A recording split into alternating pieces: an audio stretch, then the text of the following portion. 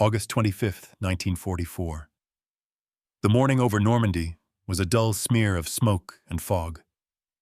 Burned villages still exhaled from the night's shelling, and the bridges over the Eure River groaned like wounded animals.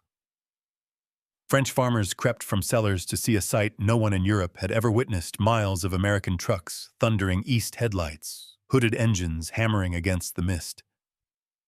The smell was oil-hot steel and cordite. The ground itself seemed to tremble beneath the diesel roar under shattered bridges. The front had advanced faster than anyone predicted. Paris had just been liberated, Patton's Third Army was pushing toward the Moselle, and every tank he owned was running on the fumes of victory. Railroads lay in ruins. Bridges hung half-melted over rivers. The depots at Cherbourg were drowning in gasoline no one could move. The Allied war machine was starving on its own momentum.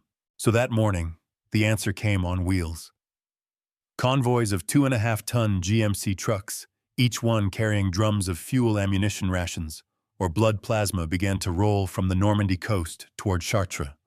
The mission had a code name written in red circles on every vehicle: Red Ball Express. The orders were brutal in their simplicity. No stops, no delays, no excuses. If the road was bombed, drive around it. If the bridge was gone, find another way. If you run out of fuel, borrow from the truck behind you. The convoy must never stop. The drivers, most of them barely 20, had been mechanics, porters, and farmers a month before. Nearly 3/4 were African-American soldiers assigned to segregated transport units. Many had never been trusted with a rifle, yet now they carried the fate of Europe in their hands. Inside the cabs, sweat and fear mixed with the reek of diesel. They drove through fog so thick they could barely see the taillights slit ahead of them. "Drive by sound, not sight," one sergeant told his men. As they crossed the first temporary bridge near Avranches, the weight of hundreds of trucks made the timbers scream. Water hissed up through the cracks, and the reflection of flames from a distant fuel dump painted the undersides of the arches red. The whole bridge shuddered, but it held. Behind them, more trucks rolled on one every 60 seconds, a mechanical heartbeat stretching from the beaches to the front. High above, a Luftwaffe reconnaissance plane cut through the clouds. The pilot adjusted his lens and began taking pictures, columns of motion, twisting through mud, disappearing into smoke. He radioed headquarters in disbelief: "Sie fahren immer weiter, they just keep coming." His commander refused to believe it. The Germans had destroyed every major railway south of Paris. By their logic, the American advance should have strangled itself days ago. Yet down below, convoys moved like rivers, building their own bridges faster than bombs could erase them. On the ground, the rhythm never stopped. The trucks hit potholes left by artillery, jolting so hard the drivers bit through cigarettes. Rain mixed with dust to form a greasy film on windshields.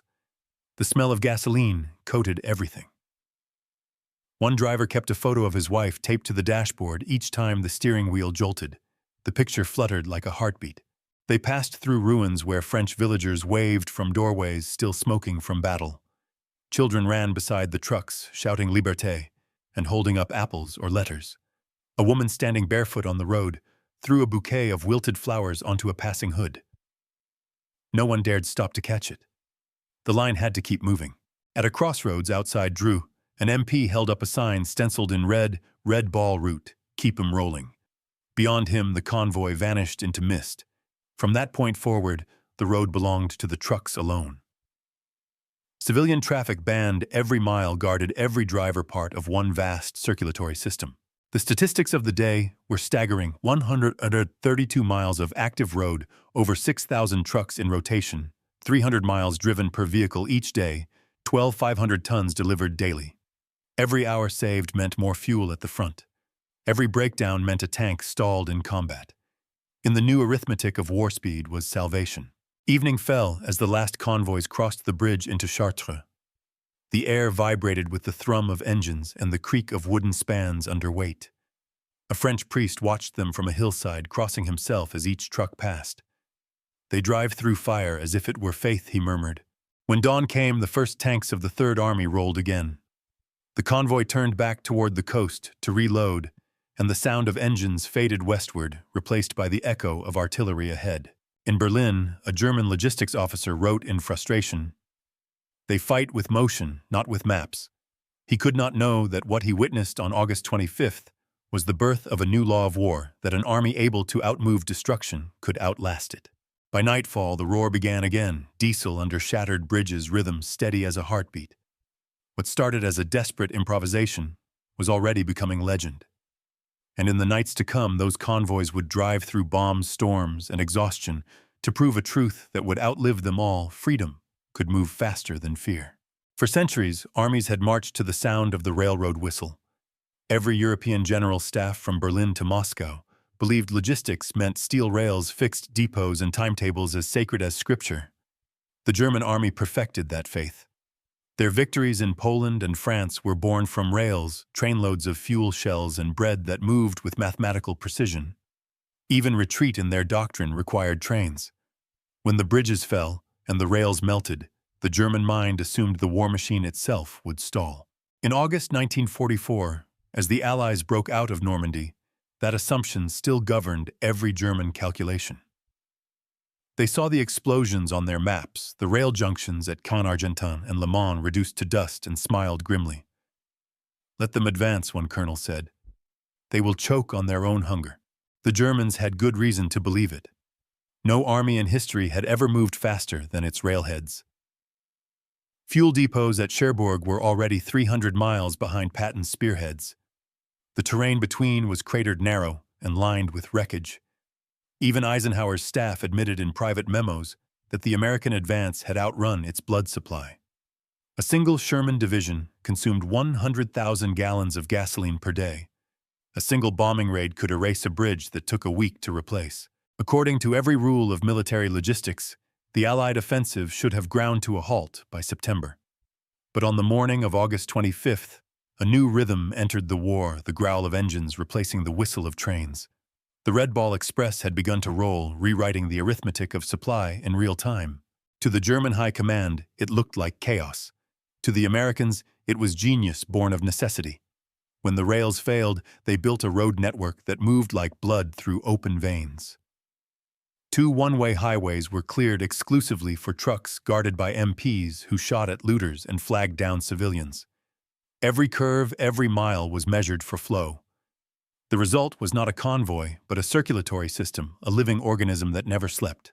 Still within the Allied staff, doubt lingered. Many senior officers mocked the plan as lunacy. Major General John C. H. Lee, commander of the communications zone, faced scorn from his own peers. "An army on wheels will die on its tires," one logistics officer warned.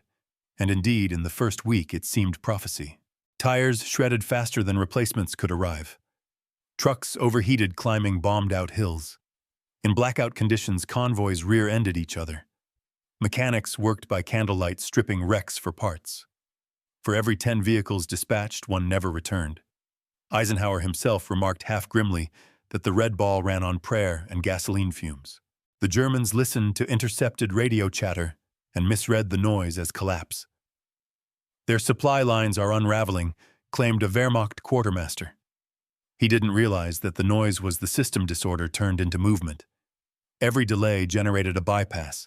Every wreck created a detour. The Americans had learned to weaponize improvisation. From the air, Luftwaffe pilots watched rivers of trucks winding eastward through smoke. They strafed columns, dropped bombs, cratered roads, only to return the next day and find the tracks repaired. One pilot of Jagdgeschwader 26 wrote, "The same convoy we bomb in the morning drives again by evening. We cannot stop them." For Germany, this defied the logic of industry. Their factories, their armies, their very sense of control depended on order and timing. But here was an enemy whose strength came from rhythm, flexible, organic, unending. The Germans could destroy bridges, but not motion. In an interrogation after the war, a captured colonel admitted, "We counted locomotives, not drivers. We never imagined trucks could replace rails." That blindness, the belief that supply must be fixed to infrastructure, was fatal. The Red Ball Express thrived precisely because it was infrastructure in motion. Meanwhile, the Allied learning curve steepened. Patton's staff discovered that tempo could be calculated like firepower. Miles per day equaled tons delivered. Officers plotted convoys with stopwatches instead of maps. Workshops near Saint-Lô turned into 24-hour assembly lines. If a truck broke down, it was cannibalized for parts and abandoned. Replacement units rolled from Cherbourg within hours. Loss was no longer failure. It was friction absorbed by speed. And through it all the sound grew louder. Diesel engines hammering under makeshift bridges, a mechanical thunder that no shelling could silence. French villagers nicknamed it Le Fleuve de Liberté, the River of Freedom. Inside the German headquarters at Chartres, an intelligence officer marked red arrows on his map to show the truck routes. "They are building their own railways," he told his commander. "No," the colonel replied, staring at the moving dots. "They are building something worse, a machine that does not need rails." By early September, the Americans were feeding entire corps through those arteries. Patton's tanks, once immobilized by fuel shortage, now roared across France, each barrel of gasoline chased by another from the coast. The tempo of the war had changed irreversibly. The Wehrmacht's doctrine, built on precision, could not outrun an enemy powered by improvisation. In Cherbourg, a maintenance sergeant summed it up in a letter home: "They taught us to drive trucks. We turned them into wings." The German blindness was complete. They had spent years mastering the geometry of destruction, but none studying the physics of motion.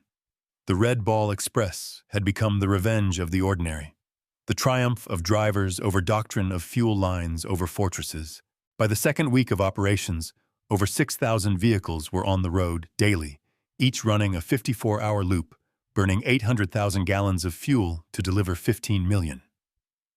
The irony was merciless fuel became both the burden and the weapon. At the map table in Berlin, General Jodl read the situation reports and muttered, "They cannot possibly sustain this."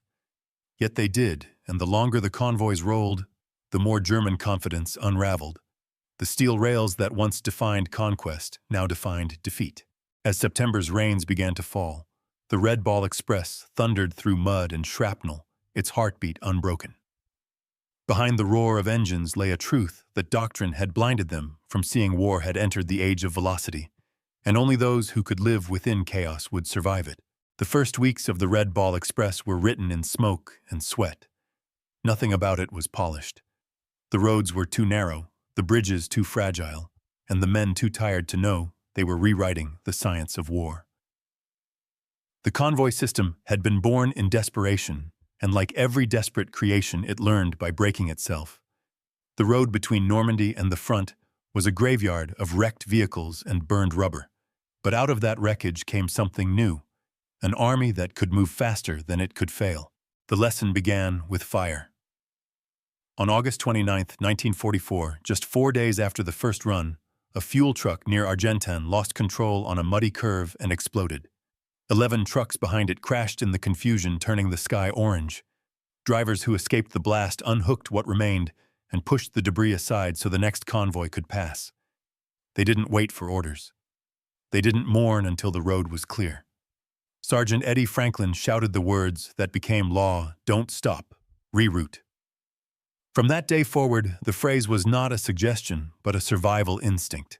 If the line stopped, the war stopped. Every second became sacred. They began to measure time by motion. Engines ran 20 hours a day. Repairs happened on the roadside with the motor still idling. Tires shredded and were patched with melted boots. Axles cracked, and mechanics hammered them back into place using shell casings as makeshift sleeves. The drivers slept sitting up, heads leaning against glass hands, never leaving the wheel. By the second week, the statistics read like an obituary: 200 trucks lost, 200 to 500 tires blown, more than a dozen men dead, none from enemy bullets, all from fatigue and fire. And still, the convoy grew stronger. Mistakes became muscle memory. The men learned to navigate by sound, following the rhythm of the truck ahead, judging distance by vibration. With headlights blacked out, they drove through pitch darkness at 30 miles an hour, trusting that the road would still be there when the next curve came. "We drove by God," one soldier wrote, and hoped he was paying attention. Every hill, every bridge, every detour became familiar through repetition, as if the road itself were teaching them how to survive it. They learned, too, that survival depended on each other. Most of the drivers were young African-American soldiers who had been told they were unfit for combat. In the mud of France, that prejudice melted away.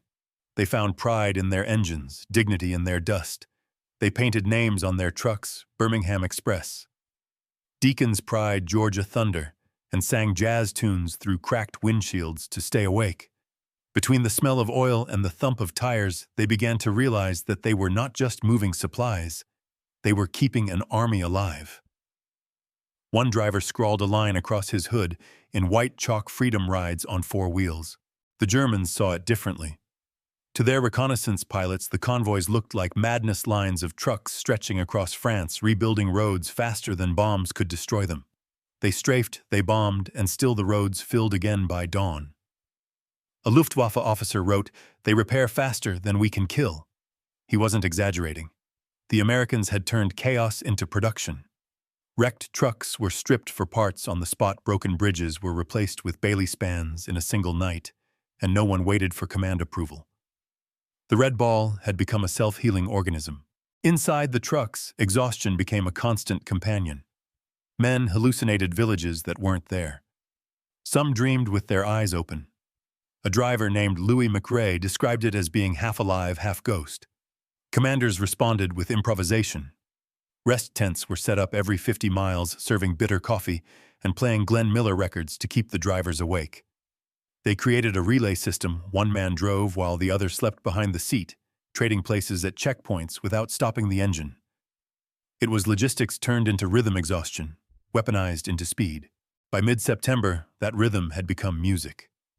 The convoys moved like jazz, improvised but synchronized, every truck a note in a relentless melody. The roar of engines under shattered bridges became the percussion line of liberation. A mechanic near Dreux said, "It sounds like the earth breathing." And in a way it was.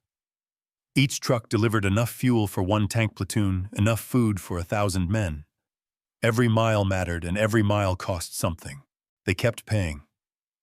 In the first German airstrike on the route, 14 trucks were destroyed in 10 minutes. When dawn came, bulldozers pushed the wreckage aside and new convoys rolled through the smoke. The road never closed. "They fight with movement," a captured German colonel admitted, "and movement cannot be destroyed." For the Americans, that was the greatest revelation of all. Speed was not the enemy of safety, it was its replacement. Motion itself became armor. Even the chaos began to organize. Without orders, convoys learned to self-regulate. Fast trucks led slower ones, followed mechanics spaced every 10 vehicles. They developed their own silent code, 3 horn blasts for breakdown, 2 for danger, 1 for clear. What began as an experiment now pulsed like a living machine. The round trip from Cherbourg to the front dropped from 54 hours to 36. Each driver moved more fuel in a week than a railway train once carried in a day. And yet, the toll showed on their faces. Their eyes burned from smoke, their skin gleamed with oil, their uniforms stiff with salt and sweat. Many hadn't seen a bed in months. But there was no bitterness. A war correspondent once asked a driver why he risked his life on the same road every night. The soldier grinned and said, "We drive through bombs, not for glory, for gas." That line spread through camps faster than any order. It became a motto whispered with pride because they knew what they were doing mattered more than medals. It kept millions alive. By October, the Red Ball Express had evolved into something beyond planning or command. It had become instinct, a river of motion cutting through the ruins of Europe. The Germans still bombed it. The rain still turned roads into rivers, but the line never broke. Every destroyed bridge meant a new one built by dawn. Every burned truck was replaced before sunrise. Out of failure came rhythm. Out of rhythm came faith. The tuition had been paid in fuel, steel, and flesh. The lesson was clear: an army that can move through its own chaos cannot be defeated. The men of the Red Ball Express understood that freedom is not trained for perfection. It survived because it kept moving. When night fell across France and the hills trembled with the sound of diesel under broken bridges, the world was hearing not engines, but endurance itself roaring its way toward victory. By the first week of September 1944, the Red Ball Express had become a myth in motion. What began as improvisation was now the pulse of an entire continent. The roads from Normandy to the front looked less like highways and more like arteries of fire, miles of trucks painted with red circles, hauling the breath of war through smoke and ruin. In every cab sat a man half awake, knuckles white on the wheel, eyes fixed on the taillight ahead that shimmered like a ghost in the fog. And over them all, the low thunder of engines under shattered bridges rolled like a single unbroken chord. The Allies were racing against their own success. Patton's tanks had crossed the Marne and were clawing toward Metz, but fuel consumption had outpaced imagination. A single day of combat could drain 350,000 gallons. The tanks could win the war, but only if someone fed them. The men of the Red Ball Express became the unseen front line, the lifeline that turned victory from theory into motion. It was not glamour, it was endurance. Each convoy was a battle without guns. The rules were brutal: no lights, no stops, no reverse. If one truck was hit, the others drove through the fire. The line had to stay alive no matter how many of its cells burned away. The night of September 6th proved what that meant. Near the town of Mantes, a Luftwaffe fighter group spotted the glowing exhausts of the trucks and dived through the clouds. The first bombs fell on the lead vehicles, scattering dirt and flame across the road. Drivers swerved, tires screaming. Fuel drums burst open and ignited like torches. But instead of retreat, the next convoy accelerated straight into the smoke. From a distance, it looked like madness, hundreds of trucks driving into fire, but inside the cabs, instinct ruled. If you stop, one driver shouted into the radio, you die twice. By dawn the next morning, the highway was clear again. Engineers had bulldozed wreckage aside, patched the cratered road with crushed rubble, and laid down new planks across the burned bridge. The dead were carried off silently, their trucks replaced within hours. The convoy rolled on, and with it, the war. The Germans had assumed that their airstrikes would paralyze supply. Instead, they only hardened its rhythm. A captured pilot from JG-26 later said, "They drive as if the bombs feed them." That morning, General Patton himself stood beside a fuel dump near Verdun, watching the trucks arrive one after another, their tires caked with soot.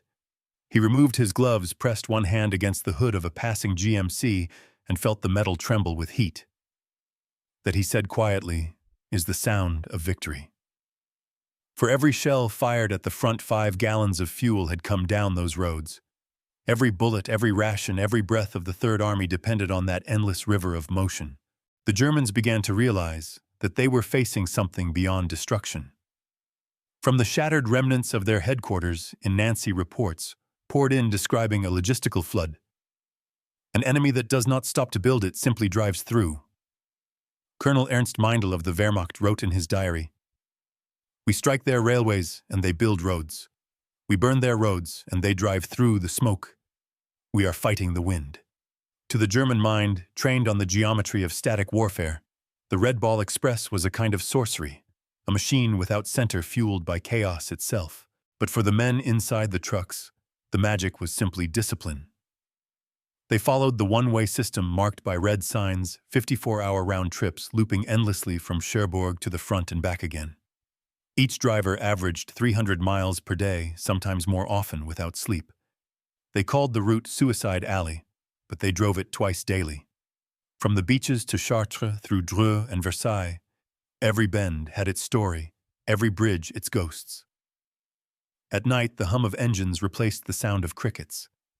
When convoys passed through liberated towns, villagers gathered silently along the road to watch children waving, old men saluting. They didn't see soldiers. They saw deliverance made of steel. The statistics were astonishing, even to those who lived them. By mid-September, the Red Ball Express was moving more than 70% of all Allied supplies in France: fuel, rations, ammunition, even mail. Over 9,000 drivers worked in shifts, keeping 6,000 trucks on the road at any moment. A truck left Normandy every 60 seconds, day and night. On paper, it was impossible. In reality, it happened every hour. At night, when artillery flashed ahead and the sky burned red, the convoys looked like veins glowing beneath the skin of war. One private watching from a ridge said it was like watching the earth bleed light. The imagery wasn't far from truth. Every drop of fuel that reached the front had been paid for in sweat, fear, and motion. German soldiers hiding in the forests near Chartres would lie awake listening to the sound of engines in the distance. It came in waves, first a rumble, then a vibration through the soil, then the endless clatter of wheels on iron bridges. It is not thunder, one wrote home. It is America coming. The attacks never stopped. Bombs cratered roads, mines tore through tires. Artillery shells burst too close for comfort. But the convoys adapted faster than the bombs fell. When a bridge collapsed near Dreux, the engineers rebuilt it in 9 hours. When rain turned the road into mud, drivers chained their wheels and pushed each other out. When the Luftwaffe struck again, Allied fighters rose to shield the highways, transforming the sky into a running duel above an army of trucks. Every part of the system learned to move in harmony. The Germans tried to understand it in reports and maps, but it couldn't be graphed. They saw statistics. The Americans lived heartbeat. The Red Ball Express was not a plan, it was an organism evolving each hour, its strength measured not in precision, but in persistence. For the first time in history, logistics itself had become combat. The front line no longer ended where the guns began. It stretched backward through every road and bridge, through every mechanic's hand and every driver's stare. By the end of September, the tempo had become unstoppable. 132,000 gallons of fuel arrived daily. Spare parts every hour, 5 million rations every week. Patton's tanks were now outrunning retreating Germans faster than maps could be drawn. The enemy, who once claimed no army can live that fast, was now watching one prove it. And through it all, the same sound rolled beneath the war, the deep growl of diesel, echoing through bombed valleys and across broken bridges. It was the sound of freedom learning to roar. Every driver, every mechanic, every nameless hand on that wheel became part of a single truth: the war was no longer won by those who held ground, but by those who could keep moving through fire. The Red Ball Express had flipped the logic of war, turning chaos into strength, and by the time the Germans realized it, the road itself had already become destiny. By October 1944, the Red Ball Express had outgrown its name. What began as a desperate experiment was now a continent-wide machine, a living organism that could repair itself faster than it could be wounded. From Normandy to Belgium, new routes branched outward. Blue circle, white ball, green diamond, each one echoing the heartbeat of the original road. The men didn't call them by color or number anymore. To them, it was all the same living river of steel, oil, and willpower. The expansion came not through planning, but through necessity. The Allied armies were now stretching deep into Belgium and Luxembourg, and every mile farther meant a new crisis of supply. Paris had been liberated, but fuel shortages strangled victory as surely as enemy fire. Eisenhower's staff warned that without continuous flow, the entire front could collapse into stillness. The solution was audacious: multiply the Red Ball system, build it in layers, and keep every artery pumping at once. If one route died, 3 more would take its place. Upgrades came almost overnight. Engineers widened key roads, turning 2-way tracks into 1-way express lanes. Bridge units learned to rebuild crossings in under 6 hours. Maintenance crews began operating rolling workshops, flatbeds stacked with tools and spare engines moving alongside the convoys like guardian angels. The Army called them mobile maintenance echelons, but the drivers called them lifesavers. Now, when a truck broke down, it was repaired on the shoulder while the convoy kept moving. No one waited, no one stopped. Momentum itself had become the new law. Technology followed instinct. Tire compounds were changed to handle the endless friction. New fuel filters were introduced to stop engine clogs from battlefield dust. Even the headlights evolved small, slitted cat eyes that glowed just enough to keep formation in darkness without drawing enemy fire. The Red Ball Express was no longer improvisation. It was evolution. A sergeant from the 39th 18th Quartermaster Truck Company said, "We used to fight the road. Now the road fights for us." The Germans could hardly believe it. Luftwaffe pilots returned from missions claiming the highways repaired themselves overnight. One captured officer called it the Hydra of the West. Cut one route and 3 grow in its place. The attacks intensified. Mines, strafing artillery, none of it worked. The Americans had built redundancy into every mile. For every bridge, there was a bypass. For every convoy, a shadow convoy ran behind it. Even the weather seemed unable to stop them. When rain turned the roads into rivers of mud, the trucks rolled on chained tires, hauling more than any vehicle had before. They didn't stop for daylight or for night or for the dead. Behind the convoys, new command posts sprang up like relay stations of faith. Mechanics, MPs, medics, cooks, all synchronized into a rhythm that felt less like war and more like a heartbeat. One private wrote home, "I don't think we drive trucks anymore. I think the trucks drive us." There was truth in that. The men had become extensions of the machines, their bodies tuned to the vibration of engines and the pulse of tires. In their exhaustion lay precision, in repetition, mastery. The racial lines that once divided them began to blur. White officers who had doubted black drivers now saluted them. Every gallon of gas that reached Patton's tanks came from men who had never been invited into the officers' mess. On the roads of France, segregation couldn't survive motion. It was too slow. The convoys were unity on wheels, forged by danger, driven by necessity. In the roar of engines, color dissolved into purpose. That was the quiet revolution no headline captured. As the system grew, so did its legend. French villagers spoke of the never-ending river. British officers visiting the Red Ball routes shook their heads in disbelief. A war correspondent from London called it a mechanical gospel of speed. Even Eisenhower admitted privately that the operation had become the greatest sustaining miracle of the campaign. In just 8 weeks, the convoys had delivered over 400,000 tons of supplies, fuel rations, weapons, ammunition, everything that made the Allied armies breathe. But the miracle carried a human price. Men drove until their fingers bled, until their eyes burned from exhaust fumes and sleepless nights. Convoys collided, trucks overturned, bridges failed under weight. In the October rains, whole stretches of road turned to black soup, and still they drove. You'd fall asleep at the wheel, remembered a driver named Leon Bass, and wake up still rolling. To stop was to break faith with the men ahead and the tanks waiting miles away. Duty was no longer about courage, it was about momentum. By now, the Germans had stopped mocking them. The Wehrmacht's supply chain had collapsed under Allied bombing, their trucks stranded for lack of fuel. In a cruel irony, the gasoline that once powered German panzers was now being burned by American engines racing across France.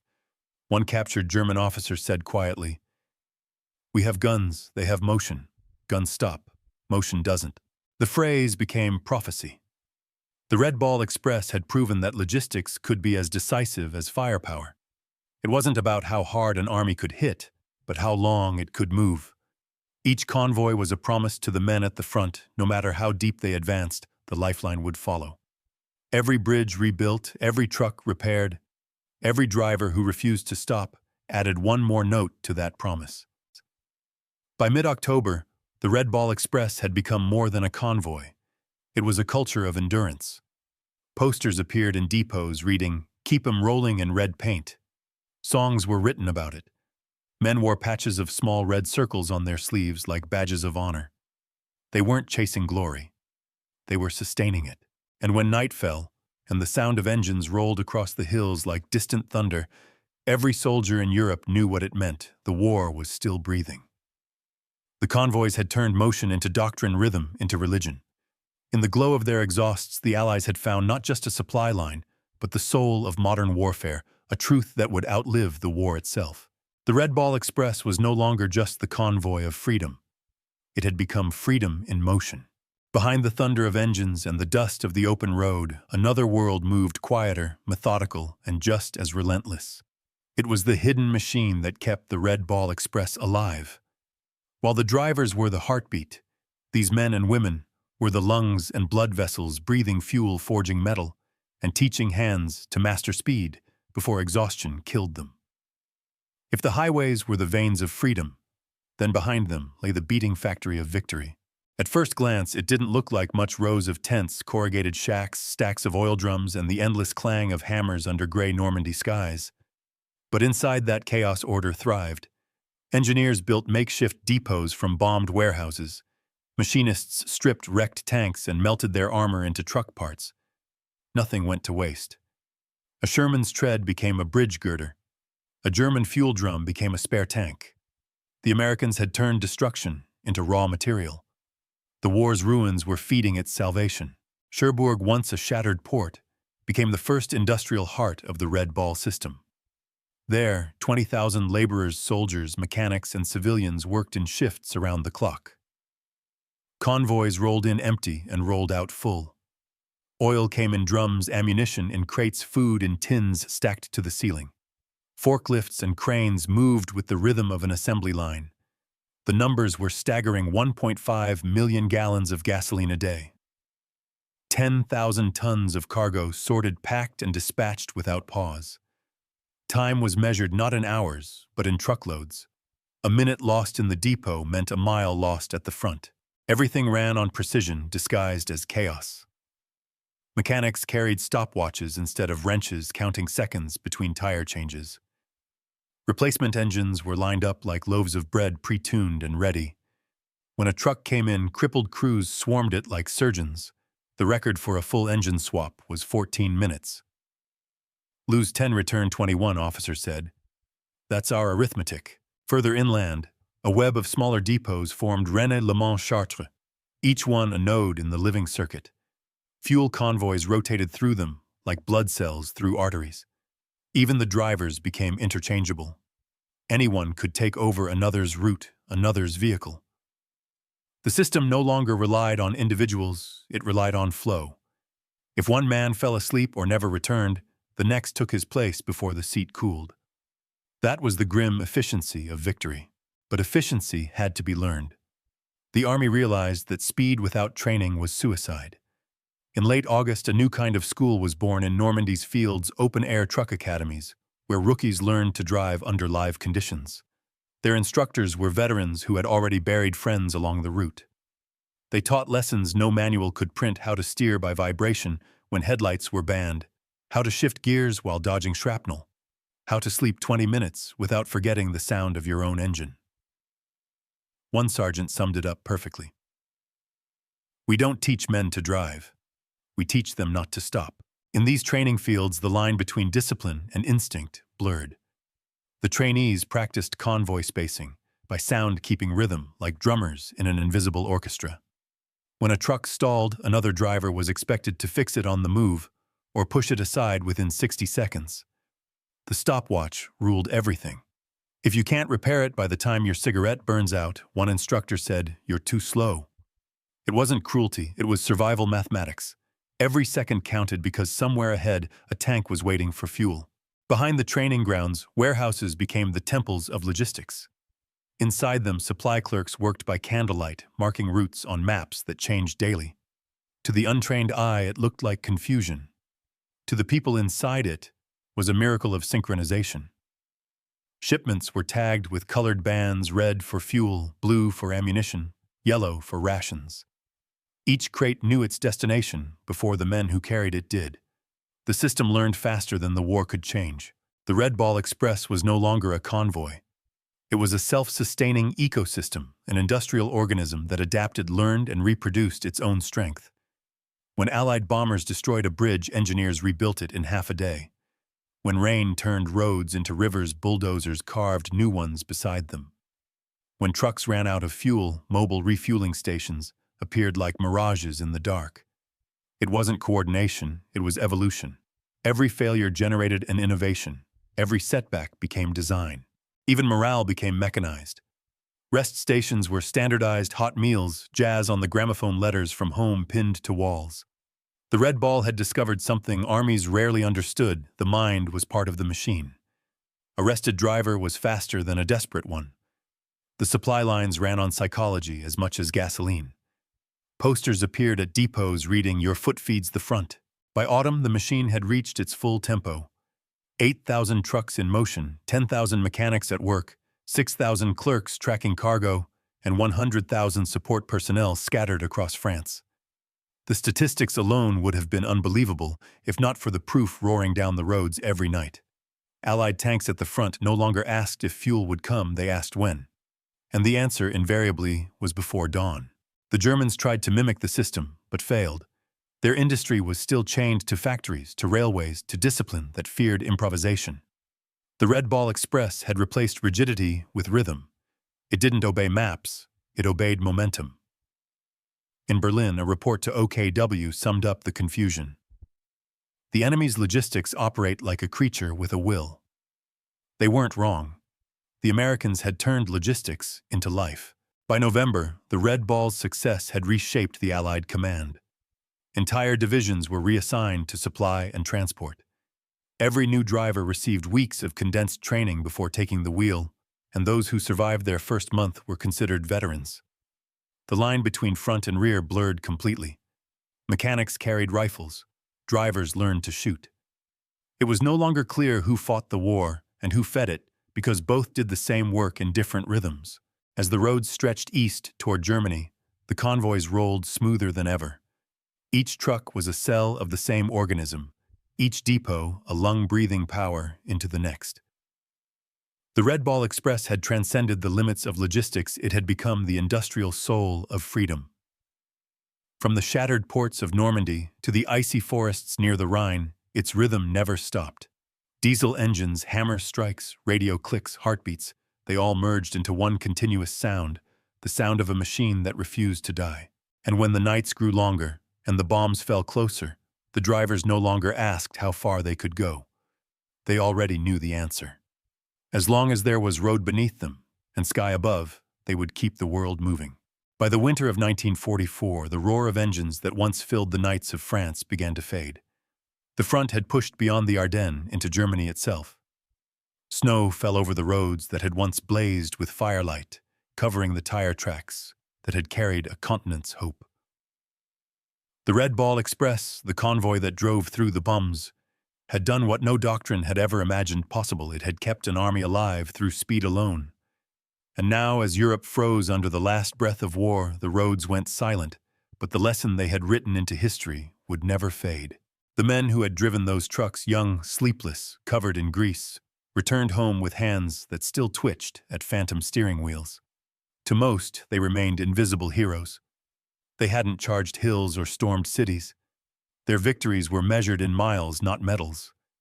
Yet every tank that reached the Rhine, every liberated village, every flag raised over a ruined bridge carried the echo of their engines.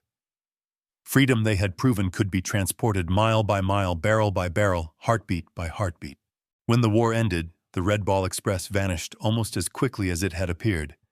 The convoys were disbanded in November 1944. Their trucks reassigned, their signs taken down, their routes absorbed into new highways.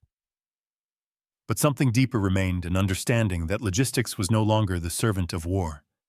It was its spine. The age of motion had begun. In the decades that followed, armies around the world studied what the Red Ball Express had accomplished. Manuals called it the mobile supply revolution. Scholars called it tempo warfare. But the men who had lived it knew it by another name: survival. The U.S. Army Transportation Corps was born from its ashes, formalized with lessons written in grease and blood. Training programs, maintenance protocols, even civilian trucking networks traced their DNA to those chaotic roads of 1944. The Red Ball Express had become not just a wartime miracle, but a blueprint for the modern world. The logistics model it created would shape everything that came after, from the Berlin airlift to the supply convoys of Korea and Vietnam, from interstate highways to emergency relief chains. Every time a convoy moved faster than destruction, the spirit of the Red Ball rode with it. It had proved that velocity could be more decisive than firepower, that wars could be won by those who moved, not just those who fought. For the drivers themselves, legacy was more personal. Many of them, especially the black soldiers who had manned 3/4 of the trucks, returned to an America still divided by color. They had kept the war moving, but at home society stood still. Yet their story refused to disappear. Decades later, historians would call the Red Ball Express one of the great untold epics of World War II, a triumph built not by generals, but by ordinary men who refused to stop.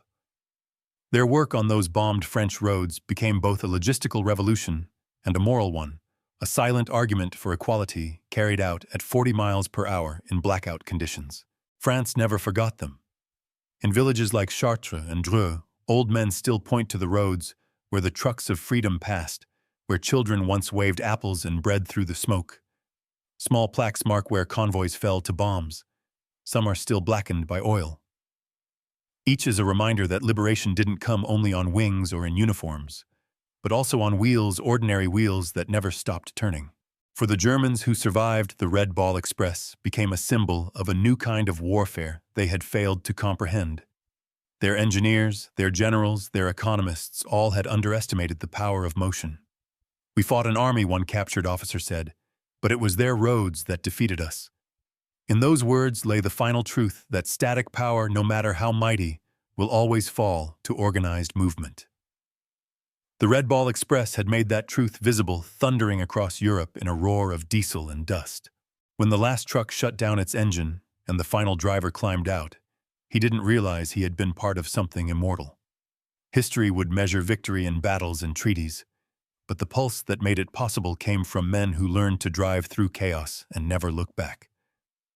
Their legacy was not carved in marble or metals, it was paved into the very roads of the modern age. Even now, when convoys move under floodlight or through dust storms in lands far from France, the echo remains the deep, steady rumble of tires, the rhythm of an idea made flesh. That movement itself is power. The Red Ball Express may have ended in 1944, but the law it proved endures in every crisis, every front, every generation. An army that can move faster than fear will always outlive it. And if you listen closely on a quiet night somewhere between Normandy and the Rhine, you can still hear it, the distant hum of diesel under forgotten bridges, carrying freedom forward 1 mile at a time.